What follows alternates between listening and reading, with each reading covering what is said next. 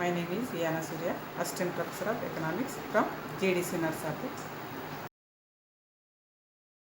So ఈరోజు మనం చెప్పుకోబోయే టాపిక్ కీన్స్ యొక్క పెట్టుబడిని ప్రభావితం చేసే అంశాలైన వడ్డీ రేటు, ఉపాంతం మూలధన సామర్థ్యం. దాంట్లో అత్యంత ప్రాముఖ్యత వహించిన అంశం పెట్టుబడిని ప్రభావితం చేసే అంశాలలో ఉపాంతం మూలధన సామర్థ్యం, ఎంఈసి అంటే marginal efficiency of capital. So ఉపాంతం మూలధన సామర్థ్యం అనేది కీన్స్ యొక్క ఆదాయ ఉద్యోగిత సిద్ధాంతంలో ఎక్కువ ప్రభావితం వడ్డీని లేదా పెట్టుబడిని ప్రభావితం చేసే అంశాల్లో ముఖ్య పాత్ర వహించేది. వడ్డీ ప్రభావితం చేసే అంశాల్లో వడ్డీ ఒకటి, నెక్స్ట్ ఉపాంత మూలధన సామర్థ్యం ఒకటి. కానీ స్వల్పకాలంలో వడ్డీ ఎక్కువ ప్రభావితం చూపించలేదు. కాబట్టి స్వల్పకాలంలో పెట్టుబడిని ప్రభావితం చేసే అంశాలలో అత్యంత ప్రాధాన్యత కలిగిన అంశం ఉపాంత మూలధన సామర్థ్యం, ఎంఈసి. సో మరి ఉపాంత మూలధన సామర్థ్యం అంటే ఏంటి? పెట్టుబడిని ప్రభావితం చేసే అంశాల్లో ఇది. సో ఎంఈసి అంటే ఇక్కడ మనకి మూలధన ఆస్తి యొక్క అదనపు యూనిట్ ద్వారా ఆశించిన లాభ రేటును ఉపాంతం మూలధన సామర్థ్యం ఎంఈసి అంటాం, మార్జినల్ ఎఫిషియన్సీ ఆఫ్ క్యాపిటల్. అంటే ఇక్కడ మూలధన ఆస్తి అంటే ఏదైనా ఒక యంత్రం కొనుగోలు చేసినప్పుడు దాని యొక్క అదనపు యూనిట్, ఆల్రెడీ ఒక మిషన్ పనిచేస్తుంది, దానికి అదనంగా ఇంకొంత కొత్త మిషన్ జోడించినప్పుడు అదనపు యూనిట్ ద్వారా ఆశించిన లాభ రేటు, ఎంతైతే కొత్త యంత్రాన్ని దానికి జోడించినామో అదనపు యూనిట్ ద్వారా ఆశించిన లాభాల రేటు ఎంతైతే దానికి ఖర్చు అయిందో దాని నుంచి ఎంత వస్తుంది అనుకుంటారో దాన్ని ఉపాంత మూలధన సామర్థ్యం, మార్జినల్ ఎఫిషియన్సీ ఆఫ్ క్యాపిటల్ అంటాం. ఒక యంత్రం అంతకు ముందే ఉన్న ఒక యంత్రానికి అదనంగా ఇంకా కొంత ఒక యూనిట్ని జోడించడం ద్వారా అదనపు యూనిట్ ద్వారా ఆశించిన అదనపు లాభాల రేటు, ఆ యంత్రం నుంచి అదనపు యూనిట్ నుంచి వచ్చే లాభాల రేటుని ఉపాంతం మూలధన సామర్థ్యం అని అంటాం. సో మనకి ఇక్కడ కొంతమంది ఆర్థికవేత్తలు దీనికి ఒక్కొక్క రకంగా డెఫినేషన్ అని ఇచ్చారు. ఫస్ట్ డెఫినేషన్ నిర్వచనం: అదనపు మూలధన వస్తువుల ద్వారా ఆర్జించే రాబడి మరియు దాని సప్లై ధర మధ్య గల నిష్పత్తి. అంటే ఆ వస్తువుల ద్వారా ఎంతైతే వస్తుంది, దాన్ని కొనడానికి ఎంత అయింది, అదనపు మూలధన వస్తువుల ద్వారా ఎంత వస్తుంది, ఒక యంత్రాన్ని కొనుగోలు చేసేటప్పుడు దాని సప్లై ధర ఎంత, అంటే దాని యొక్క ఖరీదు, సప్లై ధర అంటే ఖరీదు, మరి దాని నుంచి ఎన్ని వస్తువులు తయారైతే వాటిని అమ్మితే ఎంత వస్తుంది, రాబడి ఎంత వస్తుంది, వాటి మధ్య గల నిష్పత్తి, ratio of supply price and also revenue price is equal to MEC అంటాం. ఇక్కడ అకార్డింగ్ టు కురిహార నిర్వచనం ప్రకారం, ఆర్థికవేత్త అయిన కురిహార ఈ రకంగా నిర్వచించిండు. అంటే అదనపు మూలధన వస్తువుల ద్వారా ఆర్జించే రాబడి మరియు దాని సప్లై ధర మధ్య గల నిష్పత్తి, the ratio of supply price and revenue price additional capital commodities. So దీన్ని ఉపాంత మూలధన సామర్థ్యం, మార్జినల్ ఎఫిషియన్సీ ఆఫ్ క్యాపిటల్ అంటాం కురిహార ప్రకారం. అదేవిధంగా దీని మీద ఎక్కువ ఫోకస్ చేసిన జేఎం కీన్స్ ప్రకారం, అకార్డింగ్ టు జేఎం కీన్స్ యొక్క డెఫినేషన్ ఏంటి అంటే, మూలధన ఆస్తి తన జీవిత కాలంలో, అంటే ఒక యంత్రం తన యొక్క జీవిత కాలంలో ఆశించిన వార్షిక రాబడుల శ్రేణుల ప్రస్తుత విలువను దాని సప్లై ధరకి సమానం చేసే డిస్కౌంట్ రేట్ని ఉపాంత మూలధన సామర్థ్యం అంటాము. అంటే ఉపాంత మూలధన సామర్థ్యానికి ఇక్కడ కురిహార చెప్పిన ప్రకారం, జేఎం కీన్స్ ప్రకారం చూసుకుంటే మనకి మూలధన ఆస్తి తన జీవిత కాలంలో, అంటే ఒక యంత్రాన్ని కొనుగోలు చేసినప్పుడు తన జీవితకాలం సంవత్సరమే ఉండొచ్చు, 2 సంవత్సరాలు ఉండొచ్చు, 3 సంవత్సరాలే ఉండొచ్చు. సో తన యొక్క జీవిత కాలంలో ఆశించిన వార్షిక రాబడులు, అంటే ఎంత వస్తుందని ఊహిస్తారో, ప్రస్తుత విలువను దాని సప్లై ధరకి, అంటే దాన్ని కొనుగోలు చేయడానికి ఎంత రేట్ అయింది, దాని సప్లై ధర, ఆ యంత్రం కొనుగోలు చేయడానికి దాన్ని సమానం చేసే రేటు. అంటే ఒక యంత్రాన్ని కొనుగోలు చేయడానికి ఒక 10,000 అయిందనుకో, అది 2 సంవత్సరాలు పనిచేస్తే ఒక సంవత్సరం 450 రూపాయలు, ఇంకో సంవత్సరం 650 రూపాయలు, అట్లా 2 కలిపితే మనకి సమానం ఎక్కడైతుంది అంటే ఆ రెండింటిని సమానం చేసే డిస్కౌంట్ రేట్నే ఉపాంతం మూలధన సామర్థ్యానికి సమానం అని చెప్పిండు జేఎం కీన్స్. ఇక్కడ కొత్త పదం డిస్కౌంట్ రేట్. అంటే ఎంత రేటుతో డిస్కౌంట్ చేస్తే రెండు సమానం అవుతాయి అనేదాన్ని డిస్కౌంట్ రేటుకి ఎక్కువ ప్రాధాన్యతనిచ్చిండు జేఎం కీన్స్. సో ఇక్కడ మనకి ఒకటి అర్థమవుతుంది జేఎం కీన్స్ ప్రకారం. సప్లై ధర is equal discount rate, discount చేసిన రాబడి అంటాం. ఈ రెండింటి దీన్నే మనం ఎంఈసి అంటున్నాం. సో దీనికి ఒక ఫార్ములా ఉంది. ఆ ఫార్ములా ప్రకారం మనకి C is equal R1 by capital R1 by 1 plus R, అదేవిధంగా R2 by 1 plus R square plus R3 by 1 plus R cube plus dash dash అంటే ఒక్కొక్క సంవత్సరం plus dash dash RN by 1 plus R whole N. ఇది మనకి discount rate యొక్క సూత్రం లేదా MEC యొక్క ఫార్ములా. సో మరి ఇక్కడ ఒక్కొక్కటి ఏంటి? C is equal supply price and పునఃస్థాపిత వ్యయం అంటాం, రీఎస్టాబ్లిష్ ఎక్స్పెండిచర్ అంటాం. అంటే ఏదైనా ఒక యంత్రం కొంత పనిచేస్తుంది, ఆల్రెడీ పనిచేస్తున్న దానికి అదనంగా కొంత దానికి కొత్త యంత్రాన్ని జోడించడమో దాన్ని రిపేరింగ్ చేయడమో అలా చేసినప్పుడు దాని యొక్క సప్లై ధర ఎంత, దాని రేట్ ఎంత అయింది, దాని కొనుగోలు ధర అంటాం. దీని వ్యయం అనొచ్చు ఒక రకంగా. సో సి అనేది ఇప్పుడు ఇక్కడ మనం చెప్పుకునేది యంత్రాన్ని కొనుగోలు చేయడానికి ఎంత అయింది సి. ప్లస్ ఇక్కడ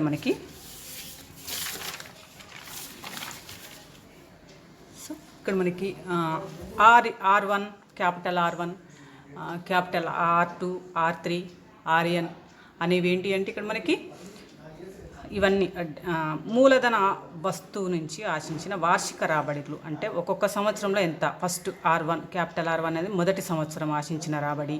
రెవెన్యూ, R మీన్స్ రెవెన్యూ రాబడి. R2 అనేది రెండవ సంవత్సరం. ఈ ఒక్కొక్క యంత్రం ఒక సంవత్సరం ఉండొచ్చు, 2 సంవత్సరాలు ఉండొచ్చు, 3 సంవత్సరాలు, ఎన్ని సంవత్సరాలైనా ఉండొచ్చు. అలా ఒక్కొక్క సంవత్సరంలో ఆశించిన రాబడికి సంబంధించింది R1 R2 R3.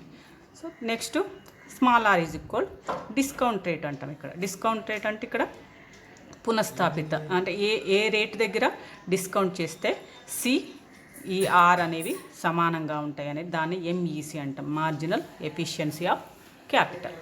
సో ఇది మనకి దీన్ని మనం కరెక్ట్ ఎంఈసి ఫార్ములాలో ఒక ఎగ్జాంపుల్ని మనం దాంట్లో ప్రవేశపెడితే అది కరెక్టా కాదా, ఏ రేటు దగ్గర డిస్కౌంట్ చేస్తాం. ఈ డిస్కౌంట్ రేట్నే అకార్డింగ్ టు కీన్స్ ప్రకారం ఈ డిస్కౌంట్ రేట్నే ఎంఈసి అంటాం.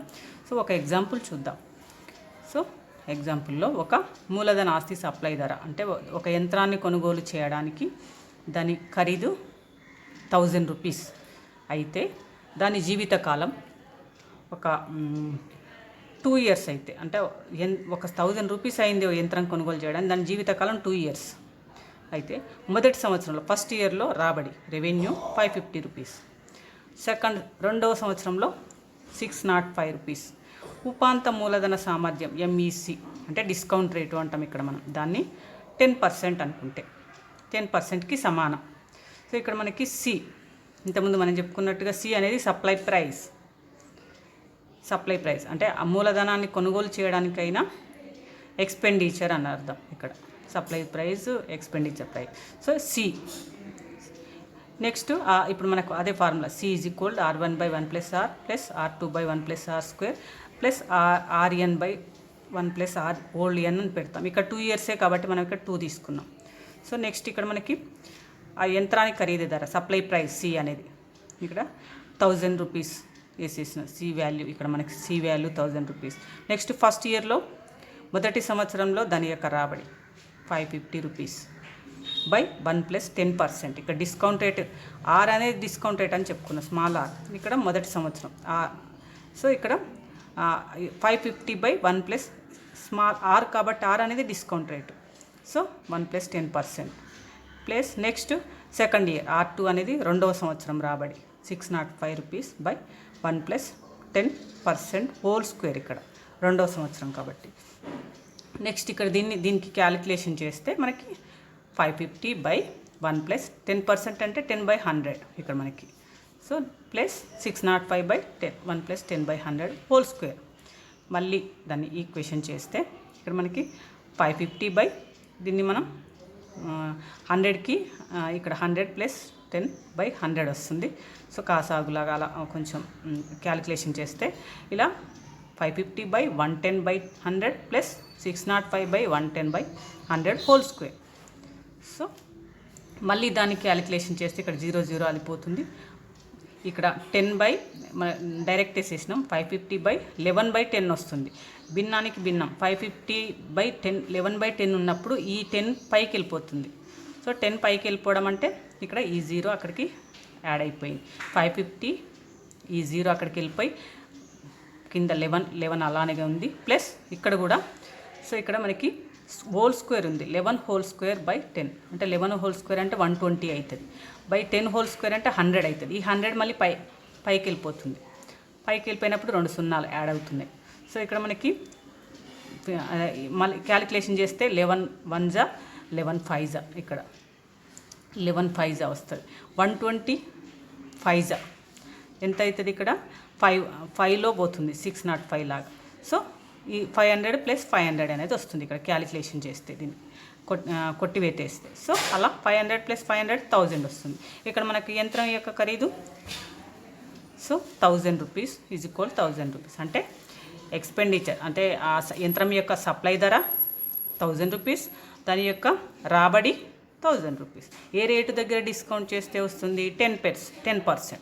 ఆ డిస్కౌంట్ రేట్ని ఇక్కడ మనం ఏమన్నాం? ఎంఈసి అన్నాం. సో ఇది మనకి ఎంఈసి ఉపాంత మూలధన సామర్థ్యము, దానికి సంబంధించిన డిస్కౌంట్, ఉపాంత మూలధన సామర్థ్యము లేదా డిస్కౌంట్ రేటు అని అంటాం. దానికి సంబంధించిన ఫార్ములా ఇది. పెట్టుబడిని నిర్ణయించే అంశాలలో ప్రధానమైన అంశం. స్వల్పకాలంలో వడ్డీ రేటు కంటే ఎక్కువ ప్రభావితం చేసే అంశం దాని యొక్క డిస్కౌంట్ రేటు. అంటే దాని నుంచి ఎంత రాబడి వస్తే అంత పెట్టుబడులు ఎక్కువగా ఉంటాయి. అంటే డిస్కౌంట్ రేటు ఎంత? ఇక్కడ మనకి ప్రతి సంవత్సరం యంత్రానికి ఖరీదు కంటే దాని యొక్క రాబడి ధర ఎక్కువగా ఉంటే అప్పుడు పెట్టుబడులు పెరిగే అవకాశం ఉంటుంది, ప్రాఫిట్స్ పెరిగే అవకాశం ఉంటుంది. కాబట్టి ఇది కీన్స్ ప్రకారం ఎంఈసి దానికి సంబంధించిన డీటెయిల్స్. నెక్స్ట్ మనం ఈ ఎంఈసి కాకుండా ఇంకా కీన్స్ యొక్క పెట్టుబడి గుణకం లేదంటే గుణకం అనే అంశాన్ని చూద్దాం. గుణకం మల్టిప్లయర్ అంటాం. సో ఇక్కడ మనకి సో మల్టిప్లయర్ అనే ఈ కాన్సెప్ట్ ఏంటి అంటే కీన్స్ ఆదాయ ఉద్యోగిత సిద్ధాంతంలో గుణకం అనేది ముఖ్యమైన భావన, most important concept. Keynes income and employment థియరీలో మల్టిప్లయర్కి చాలా ఇంపార్టెన్స్ ఇచ్చింది. అక్కడ పెట్టుబడిలో మనకి వడ్డీ రేటు, ఎంఈసి, వినియోగ ప్రవృత్తి, సో అలా ఎట్లా అయితే ఇంపార్టెన్స్ ఉన్నాయో ప్రతి దానికి కూడా కీన్స్ స్థూల ఆదాయ ఉద్యోగిత సిద్ధాంతంలో గుణకానికి కూడా అంతకంటే ఎక్కువ ఇంపార్టెన్స్ ఇచ్చింది ఈ గుణక కాన్సెప్ట్. సో నెక్స్ట్ అసలు అదంటే ఏంటి, ఇది దీని ఇంట్రడక్షన్ ఏంటి అని ఇంట్రడక్షన్లోకి వెళ్తే సో కీన్స్ యొక్క book the general theory of employment, interest and money, ఇది ఎప్పుడు పబ్లిష్ అయింది? 1936లో. దీనికి మల్టిప్లయర్కి ఎక్కువ ఇంపార్టెన్స్ ఇచ్చింది ఈ బుక్లో, ఈ గ్రంథంలో. సో దీనికి ప్రాముఖ్యత జేఎం కీన్స్ ఇవ్వడం జరిగింది. సో ఇంతకంటే ముందుగా మరి కీన్స్ కంటే ముందుగానే ఈ కాన్సెప్ట్ని తీసుకున్న పర్సన్, మొట్టమొదటిసారిగా దీన్ని ఇంట్రడ్యూస్ చేసింది మల్టిప్లయర్ అనే కాన్సెప్ట్, గుణకం అనే కాన్సెప్ట్ని ఇంట్రడ్యూస్ చేసిన వ్యక్తి పర్సన్ 1931లోనే. కీన్స్ 1936లో దీన్ని తీసుకుంటే అంతకంటే ముందుగానే 1931లో ఆర్ఎఫ్ ఖాన్ అతను ఒక పత్రికలో ద ఎకనామిక్ జర్నల్ అనే పత్రికలో తను ఒక వ్యాసం కూడా రాయడం జరిగింది. సో ఎకనామిక్ జర్నల్ అనే దాంట్లో తను రాసిన ఒక వ్యాసం ఏంటి అంటే the relation of home investment and unemployment అనే ఒక వ్యాసంలో అతని యొక్క పత్రిక ఏంటి అంటే ద ఎకనామిక్ జర్నల్లో అందులో ఒక వ్యాసం రాసిండు. ఆ వ్యాసం ఏంటి అంటే the relation of home investment to unemployment, అంటే పెట్టుబడికి అన్ఎంప్లాయ్మెంట్కి మధ్యలో ఉండే సంబంధాన్ని ఒక వ్యాసం రూపంలో ఉద్యోగిత గుణకం అనే భావనను ప్రవేశపెట్టిండు. ఆ వ్యాసంలో ఈ పదాన్ని ఉపయోగించిండు ఆర్ఎఫ్ ఖాన్ 1931లోనే, ఓ పత్రికలోని ఒక వ్యాసంలో. ఆ వ్యాసానికి సంబంధించిన దాంట్లో ఈ కాన్సెప్ట్ను ఉపయోగించడం జరిగింది ఫస్ట్ టైం ఆర్ఎఫ్ ఖాన్ 1931లో. సో మరి ఆర్ఎఫ్ ఖాన్ ఉద్యోగితా గుణకం మరి కీన్స్కి ఏ విధంగా ఉపయోగపడింది అంటే ఈ ఆర్ఎఫ్ ఖాన్ యొక్క ఎంప్లాయ్మెంట్ మల్టిప్లయర్ని అనే కాన్సెప్ట్ని కీన్స్ తీసుకుని దాంట్లో మోడిఫికేషన్ చేసుకొని కీన్స్ పెట్టుబడి గుణక భావన రూపొందించిండు. అంటే ఈ కీన్స్ యొక్క పెట్టుబడి గుణకం అంటే ఇన్వెస్ట్మెంట్ మల్టిప్లయర్ అనేది దేని మీద డిపెండ్ అయింది అంటే ఎంప్లాయ్మెంట్ మల్టిప్లయర్. ఈ ఎంప్లాయ్మెంట్ మల్టిప్లయర్ అనేది ఎవరిది అంటే ఆర్ఎఫ్ ఖాన్ 1930లో ఉపయోగించిన వ్యాసము the relationship of home investment and unemployment అనే గ్రంథంలో ఈ పత్రికలో ప్రచురించిండు. దాంట్లో ఈ భావనని వాడిండు. ఈ భావన కీన్స్కి ఉపయోగపడింది. అంటే దాన్ని కొంచెం మోడిఫికేషన్ చేస్తూ దాంట్లో కొంత మార్చుకొని ఆ గుణక భావనని మాత్రం తీసుకొని తను ఇంప్లిమెంటేషన్ చేయడం జరిగింది జేఎం కీన్స్. మరి దీనికి సంబంధించిన నిర్వచనం ఏంటి జేఎం కీన్స్ ప్రకారము అంటే డెఫినేషన్ ఏంటి అంటే ఇవ్వబడిన వినియోగ ప్రవృత్తి వద్ద సమిష్టి ఉద్యోగిత ఆదాయము మరియు పెట్టుబడి రేటుల మధ్య గల నిర్దిష్ట సంబంధాన్ని నిర్ధారించినదే గుణకము.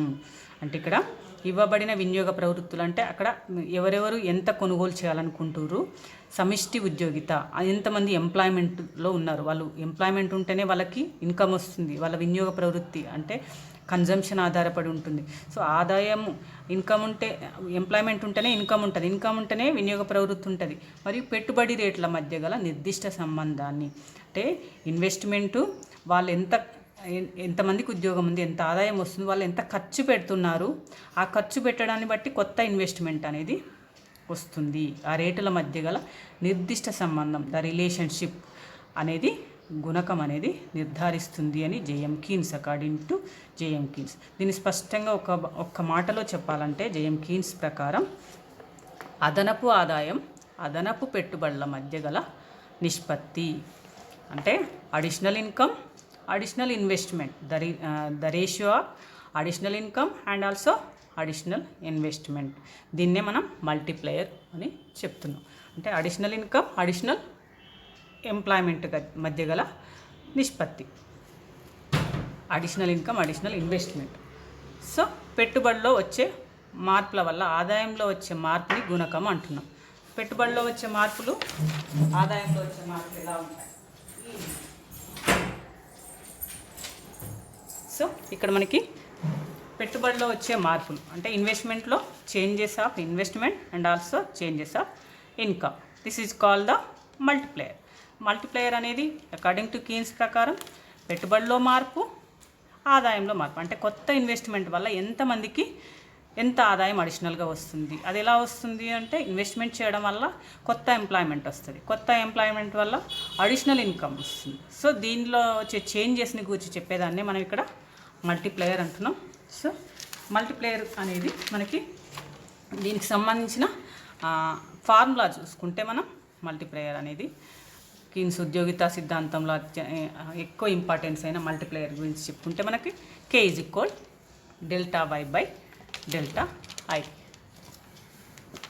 So K = ΔY/ΔI.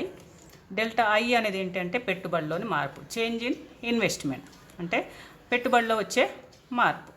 ΔY అనేది ఆదాయంలోని మార్పు, చేంజ్ ఇన్ ఇన్కమ్. సో ఈ రెండిట్లో వచ్చి అంటే ఆదాయం ఇన్వెస్ట్మెంట్లో కొత్త ఇన్వెస్ట్మెంట్ వల్ల అదనంగా ఎంతమంది ఆదాయంలో పెరుగుదల, ఇంక్రీజింగ్ ఆల్సో డిక్రీజ్ ఏదైనా కావచ్చు.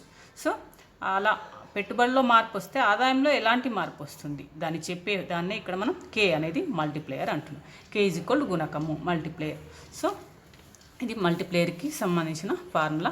ఇక్కడ మనం కీన్స్ యొక్క మల్టిప్లేయర్లో ఇంకా కొంచెం అంటే దాన్ని డీప్గా వివరించుకుంటే కీన్స్ గుణకం విలువ అనేది ఉపాంత వినియోగ ప్రవృత్తి విలువను బట్టి ఇంతకుముందు మనం చెప్పుకున్నట్టుగా అతని పెట్టుబడిలో కొత్త పెట్టుబడులు ఎలా వస్తాయి అంటే వినియోగ ప్రవృత్తి అంటే కన్జంప్షన్ రేటు ఎంత ఎక్కువగా ఉంటే అడిషనల్ కన్జంప్షన్ అనేది ఎంత ఎక్కువ ఉంటే న్యూ ఇన్వెస్ట్మెంట్స్ వస్తాయి, ఆటోమేటిక్గా ఇన్కంలో చేంజెస్ వస్తాయి. సో అది గుణకం విలువ అనేది మల్టిప్లయర్ అనేది value of multiplier is depending on marginal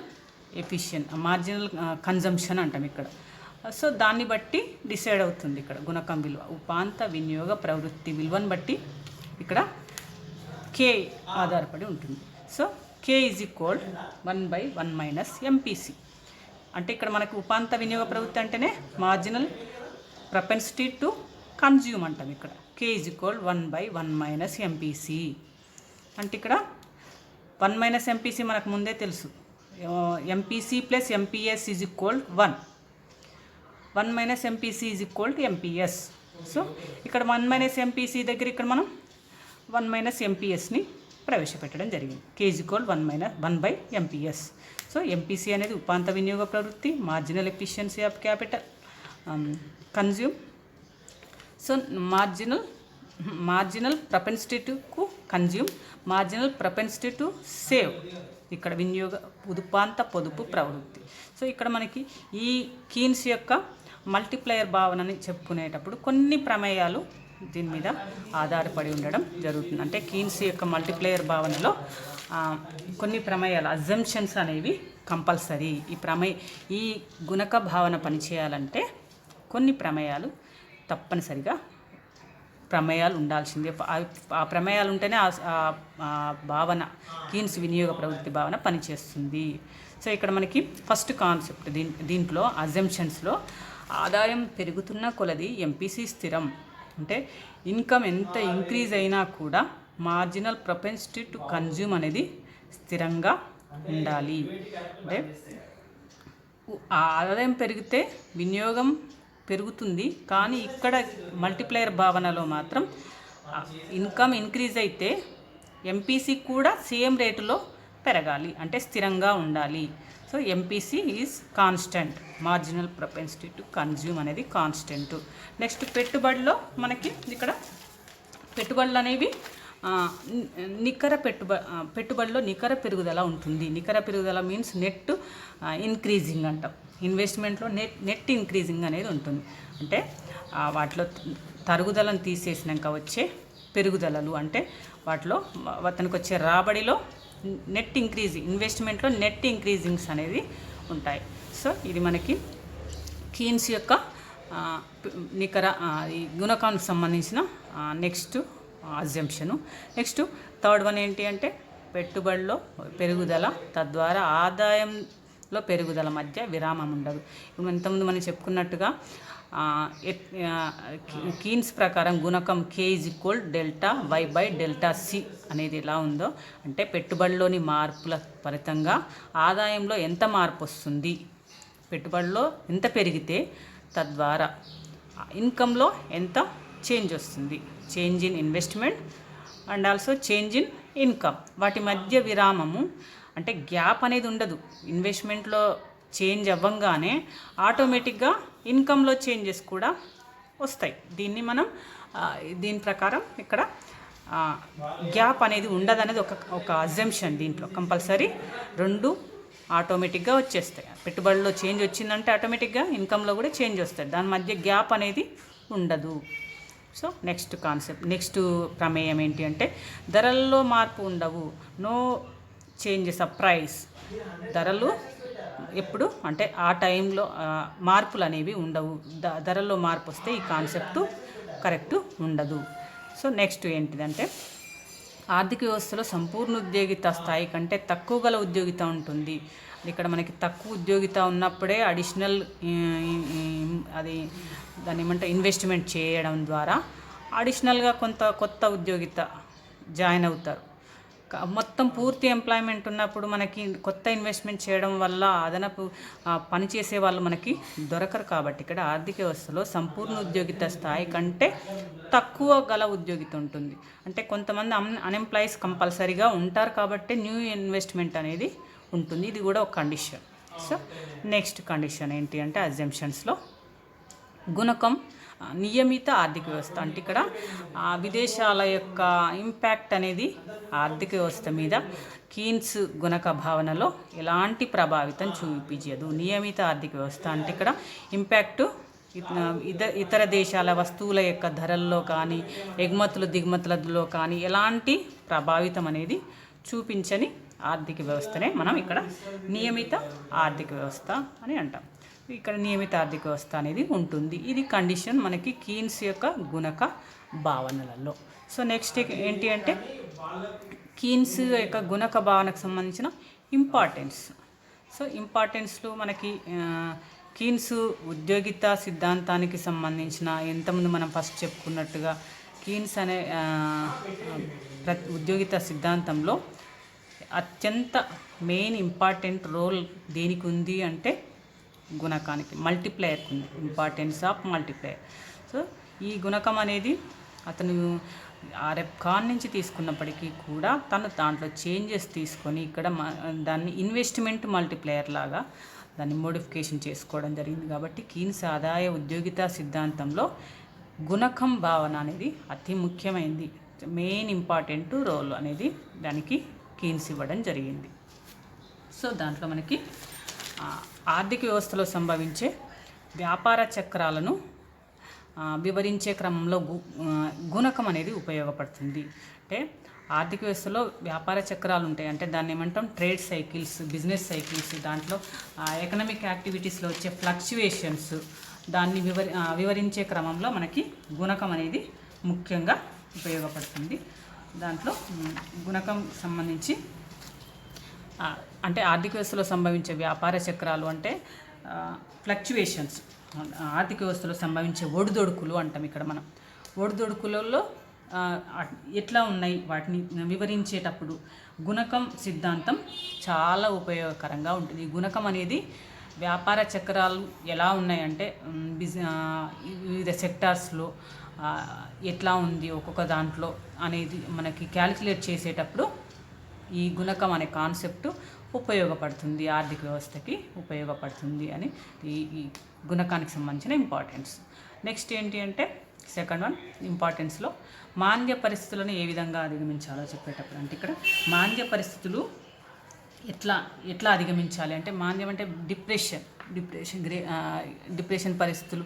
ఇప్పుడు మనకి ఇండియాలో ఉన్న సిచ్యువేషన్స్ 1991లో ఉన్న ఎకనామిక్ సిచ్యువేషన్స్, డిప్రెషన్ ఉన్నప్పుడు మనకి PV Narasimha Rao, Manmohan Singh new economic reforms ఎలా తీసుకొచ్చారు, అసలు ఆ మాంద్య పరిస్థితులు ఏ విధంగా అధిగమించాలి అనేటప్పుడు వాళ్ళకి ఉపయోగపడే మెయిన్ కాన్సెప్ట్ క్యాలిక్యులేషన్లో అంటే మనకి మల్టిప్లేయర్ అనేది వాళ్ళకి ఆర్థికవేత్తలకి చాలా ఉపయోగకారిగా ఉంటుంది. ఈ డిప్రెషన్ నుంచి ఎలా బయటపడాలి, ఆ పరిస్థితులను ఏ విధంగా అధిగమించాలి, సో దాని ఇంపాక్ట్ ఏంటి అని తెలుసుకునేటప్పుడు కానీ దాన్ని అధిగమించేటప్పుడు కానీ మల్టిప్లయర్ అనేది ఎకనామిక్స్కి చాలా ఉపయోగకరంగా ఉంటుంది, ప్రభుత్వానికి కూడా ఉపయోగకారిగా ఉంటుంది. సో నెక్స్ట్ సంపూర్ణ ఉద్యోగితను సాధించే క్రమంలో ఇక్కడ అంటే ఎంప్లాయ్మెంట్ని సాధించే క్రమంలో ప్రభుత్వం ఏ రకమైన కోశ విధానాన్ని అవలంబించాలో ఈ సిద్ధాంతం వివరిస్తుంది. అంటే ఏ రకమైన కోశ విధానం అంటే పన్నులు పెంచాలా తగ్గించాలా కోశ విధానం. సో సంపూర్ణ ఉద్యోగితను సాధించి అండ్ అందరికీ ఎంప్లాయ్మెంట్ ఇవ్వాలనుకున్న టైంలో గవర్నమెంట్కి ఈ గుణకం మల్టిప్లయర్ అనే కాన్సెప్ట్, అంటే ఎంత ఇన్వెస్ట్ చేస్తే ఎంతమందికి ఇన్కమ్ లెవెల్స్ పెరుగుతాయి, ఆటోమేటిక్గా ఎంత ఎంప్లాయ్మెంట్ వస్తుంది అని ఆలోచించే టైంలో అంటే ఈ ట్యాక్సెస్ని పెంచాలా తగ్గించాలి. కోశ విధానం అనేది ఈ పన్నులు, రాబడులు, విత్తము ఇవన్నిటికి సంబంధించి ఈ సిద్ధాంతం కోశ విధానం అనేది ఈ సిద్ధాంతం ఏ కోశ విధానాన్ని అనేటప్పుడు మనకి ప్రభుత్వానికి గుణకం కాన్సెప్ట్, ఈ గుణకం యొక్క ప్రాధాన్యత చాలా ఉంటుంది. సో నెక్స్ట్ ఏంటి అంటే పొదుపు పెట్టుబడుల సమానత్వ సాధనకి, అంటే ఇక్కడ పొదుపు పెట్టుబడుల మధ్య అసమానత్వం ఏర్పడినప్పుడు వాటి మధ్య సమానత్వాన్ని ఏర్పరచడానికి పొదుపు మొత్తం పెట్టుబడిలాగా మారాలి, అంటే పొదుపు పెరగాలి.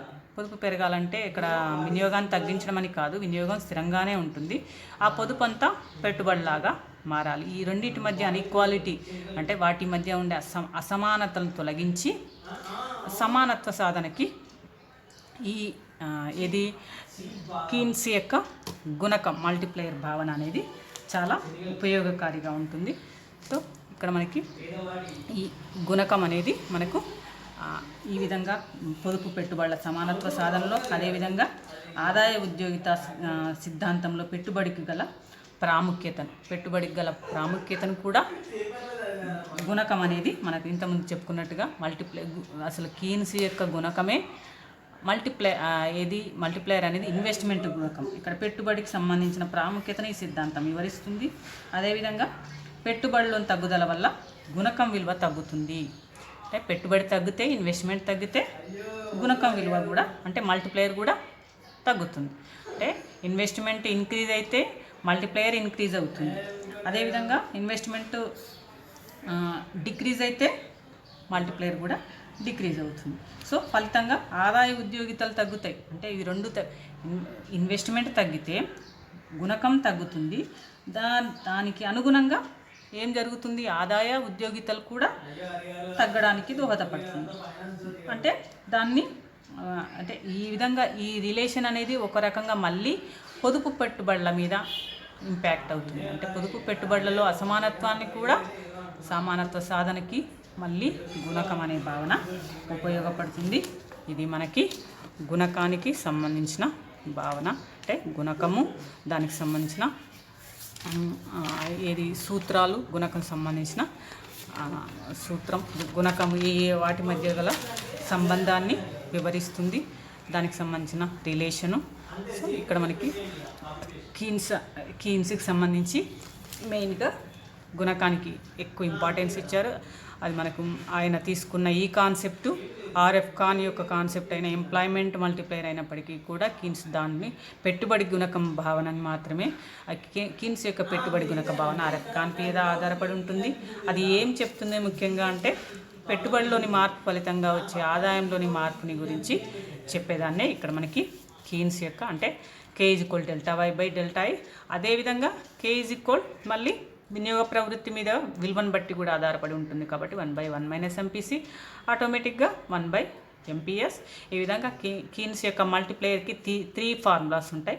సో ఇవి next Δy/Δi 1/1 - MPC K=MBS. So ఇవన్నీ పనిచేయాలంటే కొన్ని ప్రమేయాలు పనిచేయాల్సిన అవసరం ఉంటుంది.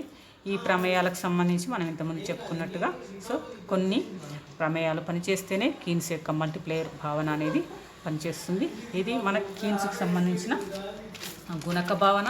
అదేవిధంగా కీన్స్ వడ్డీ సిద్ధాంతంలోని ఉపాంత మూలధన సామర్థ్యం మనం చెప్పుకున్నట్టుగా ఇది పెట్టుబడిని నిర్ణయించే అంశాలలో ముఖ్యమైన అంశం ఉపాంత మూలధన సామర్థ్యం. ఉపాంత మూలధన సామర్థ్యం అంటే మనం ఇంతకుముందే చెప్పుకున్నాం. అది ఏదైనా ఒక యంత్రాన్ని కొనుగోలు చేసినప్పుడు దానికి ఎంతైతే వ్యయం అవుతుందో దాని జీవితకాలంలో ఎంత రాబడి వస్తుందో ఆ రెండు ఈక్వల్గా ఉన్నప్పుడు దాన్ని డిస్కౌంట్ రేటు లేదంటే ఉపాంత మూలధన సామర్థ్యము లేదంటే మార్జినల్ ఎఫిషియన్సీ క్యాపిటల్ అంటాం. ఎఫిషియన్సీ ఆఫ్ క్యాపిటల్ దాని ఫార్ములాకి వచ్చేసరికి C=R1 + 1 + R, R2/1 + R, R3/1 + R3 ఇవన్నీ. సో ప్లస్ అంటే ఎన్ని సంవత్సరాలు ఒక యంత్రం ఖరీదు ఎన్ని సంవత్సరాలు ఉంటే అన్ని సంవత్సరాలు ఇలా దానికి ఫార్ములా ఉంటుంది. సో ఇది మనకి కీన్స్ యొక్క ఈరోజు మనం చెప్పుకున్న రెండు భావనలలో multiplier and efficiency, marginal efficiency of capital, ఉపాంత మూలధన సామర్థ్యం.